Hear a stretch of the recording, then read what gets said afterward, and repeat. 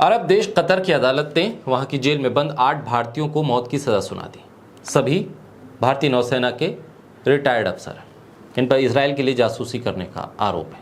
पिछले साल गिरफ्तारी हुई और तब से लेकर अब तक रिहाई के लिए मौके तलाशती रही भारत सरकार, लेकिन मौके नहीं मिल पाए।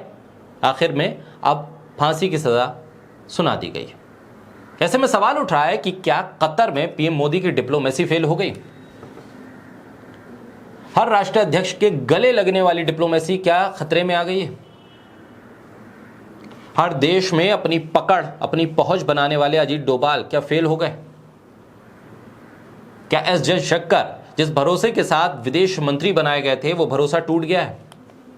क्या प्रधानमंत्री की विदेश नीति, विदेशों में चल रहा जादू, वो जादू की झप्पी काम नहीं आ रही है? बोलता हिंदुस्तान पर मैं हूं आपके साथ मिर्जा शाकिर अली बेग। 8 भारतीय पूर्व नौसैनिकों पर इजराइल के लिए जासूसी करने का आरोप था। पिछले साल सितंबर में इन्हें गिरफ्तार किया गया। एक वक्त था कतर प्रशासन इन्हें रिहा करने वाला था, लेकिन ऐन मौके पर उसने फैसला बदल दिया।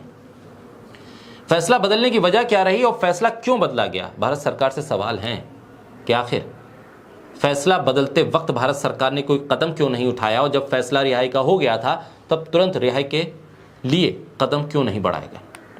कतर के गृह मंत्रालय को शक था कि ये लोग इजराइल के लिए जासूसी कर रहे हैं। इन सबको पूछताछ के नाम पर हिरासत में लिया गया। फिर 1 महीने बाद कतर प्रशासन ने इन्हें रिहा करने का फैसला किया।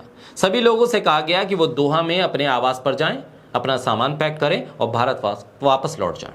लेकिन सूटकेस पैक करने के बाद सभी लोगों को अगले आदेश तक के लिए फिर से जेल में डाल दिया गया, और तब से 8 पूर्व नौसैनिक अपने सूटकेस के साथ जेल में ही हैं। इन लोगों ने कतर के अमीर से माफी देने के लिए दया याचिका दायर की थी, लेकिन अमीर ने इसे ठुकरा दिया। भारत सरकार की तरफ से पहल क्या हुई? क्यों नहीं की गई पहल? और इस दया याचिका के दाखिल होने के बाद भारत सरकार की, मोदी सरकार की डिप्लोमेसी ने क्या काम किया? सजा पाने वाले ज्यादातर अफसरों की उम्र 60 साल से ज्यादा है, कुछ की सेहत भी खराब है। ऐसे में उनके परिजनों को उम्मीद थी कि कतर के अमीर रहम दिखाते हुए दया याचिका को मंजूरी दे देंगे और दिवाली तक सब लोग वापस आ जाएंगे। लेकिन दया याचिका खारिज होने से उनकी उम्मीदें और हौसले टूट गए। कतर में 8 पूर्व नौसेना के अधिकारियों को मौत की सजा सुना दी गई। इसमें से कोई प्रेसिडेंट मेडल विजेता है तो कोई ऑपरेशनल कमांडर। सारा देश दुखी और परेशान है। सरकार कहती है कि वो स्तब्ध है, वो भौचक्की है, क्योंकि उसे समझ में नहीं आ रहा आखिर सरकार क्यों भौचक्की है, सरकार क्यों स्तब्ध है, क्यों हैरान है। अगस्त 2022 से ही ये अधिकारी कतर की जेल में है। इन पर मुकदमा चल रहा है। इस दौरान भारत सरकार ने कतर के साथ अपनी कूटनीति की 50वीं वर्षगांठ बनाई। पीएम मोदी ने कतर को फीफा वर्ल्ड कप की बधाई दी। कतर के शासक का G20 में स्वागत सम्मान किया गया, सत्कार किया गया। लेकिन सरकार ने इस दौरान अपने अधिकारियों की सुरक्षित वापसी के लिए कुछ क्यों नहीं किया? सवाल है।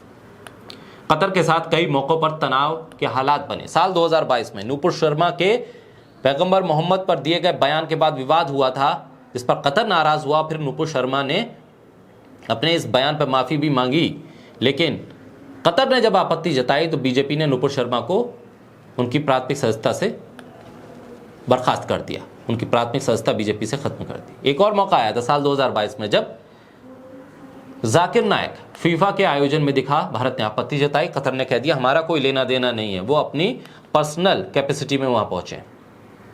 अक्टूबर 2023, अब जब फांसी की सजा दी गई है 8 भारतीय पूर्व नौसैनिकों को, तो फिर एक बार कतर के साथ भारत के रिश्तों में खटास आ रही है। क्या ये भारत की विदेश नीति का फेल्यूर है? ये एक बड़ा सवाल है, क्योंकि कतर के साथ हमारे रिश्ते बेहतर रहे हैं, लेकिन बेहतर रिश्तों में ये खटास क्यों आ रही है? सही वक्त पर कदम क्यों नहीं उठाए जा रहे? विदेश नीति को लेकर सवालों का जवाब अब देना चाहिए, देना होगा, क्योंकि 8 पूर्व नौसैनिकों की जान खतरे में है। फांसी की सजा सुना दी गई है।